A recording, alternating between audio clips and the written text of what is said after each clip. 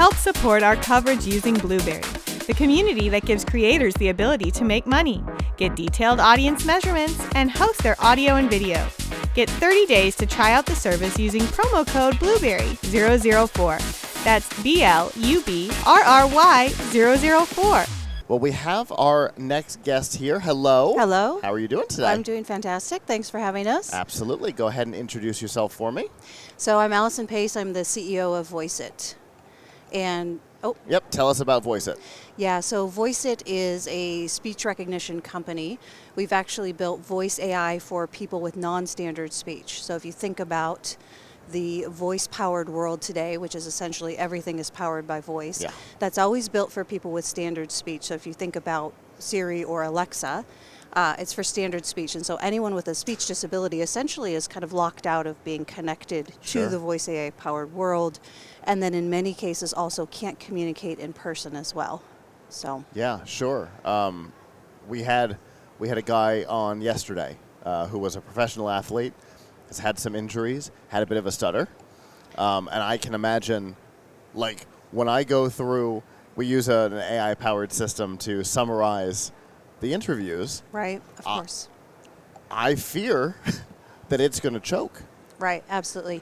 Yeah, so we really cater to anybody with any type of speech disability, so things like cerebral palsy, Down syndrome, traumatic brain injury, stroke, impacts to your voice through aging over time. So kind of the aging population is a big group of customers for us as well, multiple sclerosis. But essentially what happens is our customers onboard and they build a custom voice profile. And so in many cases, for the first time, they're able to be understood using their own voice, right? And often have very kind of unintelligible speech. And so the AI platform was originally designed by our founder when his grandmother had a stroke very early. And he realized that the caregivers could recognize what she was saying over time. And he said, could we solve this with AI? And that's really sort of the genesis of the company. Gotcha. Because that's what AI is good at, right? Exactly. It's really good at recognizing patterns and figuring out how to replicate them or transform them.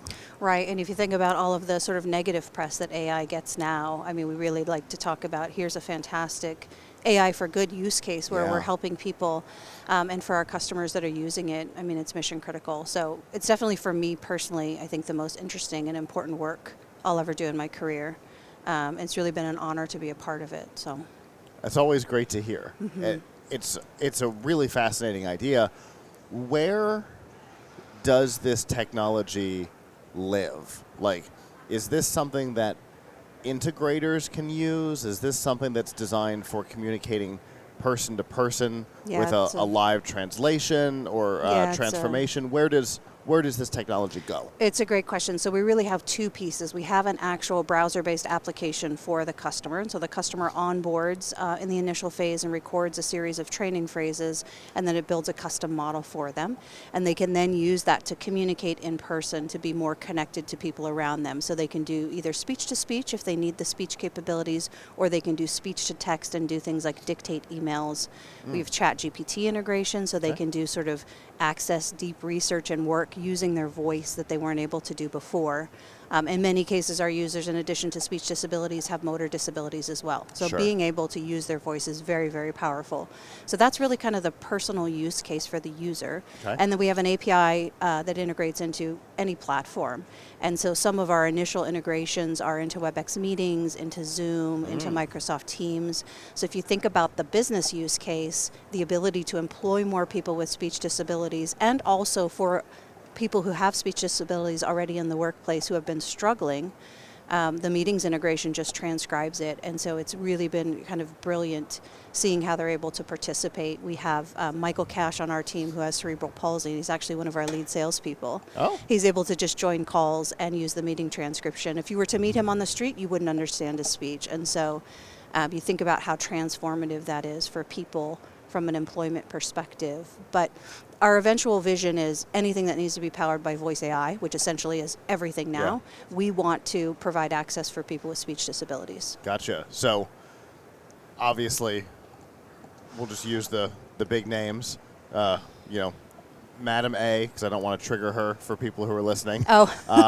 Or Siri or Google Home or whatever could integrate with this if they wanted to, and integrate that into the system, or any other voice Absolutely. could integrate it into the system and use that transformation technology to then bring the commands into the system to do lights and all of that. Exactly. Yeah, That's we actually awesome. have an integration with Madam A that we launched a few years ago, which has been fantastic. There's some videos on our website of our customers using it where it's just been life-changing. So that's a huge one. But that's exactly it. Connect to people and connect to devices as well, because devices just don't understand people with speech disabilities. Yeah. Accents as well, And devices too. all listen to us. Exactly. All the devices are listening, whether we like it or not. Right, and we want them to be able to do the things that we want. So, yeah, so that's kind of what we're hoping to do there, is really provide that access to everyone. We just recently launched in market in August, so it's been a big year for us, moving from the first product, which was discrete speech, which is voice commands, to continuous speech, so conversational speech like you and I are having now. And we're really just trying to get it more broadly out in the market, because every time people see it, the response is always, I had no idea that this existed, and it's Right. because we're the first ones in market. But we want to kind of spread that word and get it into the hands of people that need it. So That's super cool. If people want to find out more about this, which I can guarantee people are going to want to find out more, how can they do that?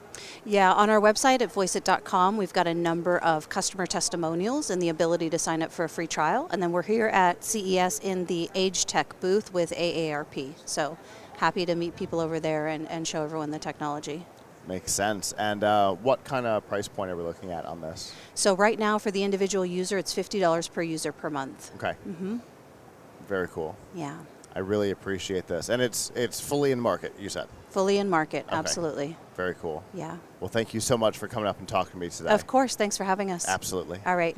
Have a good last day of the show. Yes, thank you.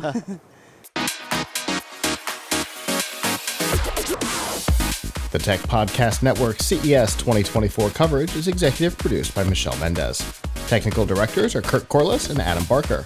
Associate producers are Nancy Ertz, Clinton Millsap, Sergio Velasquez, and Terry Willingham. Voiceover by Aaron Hurst.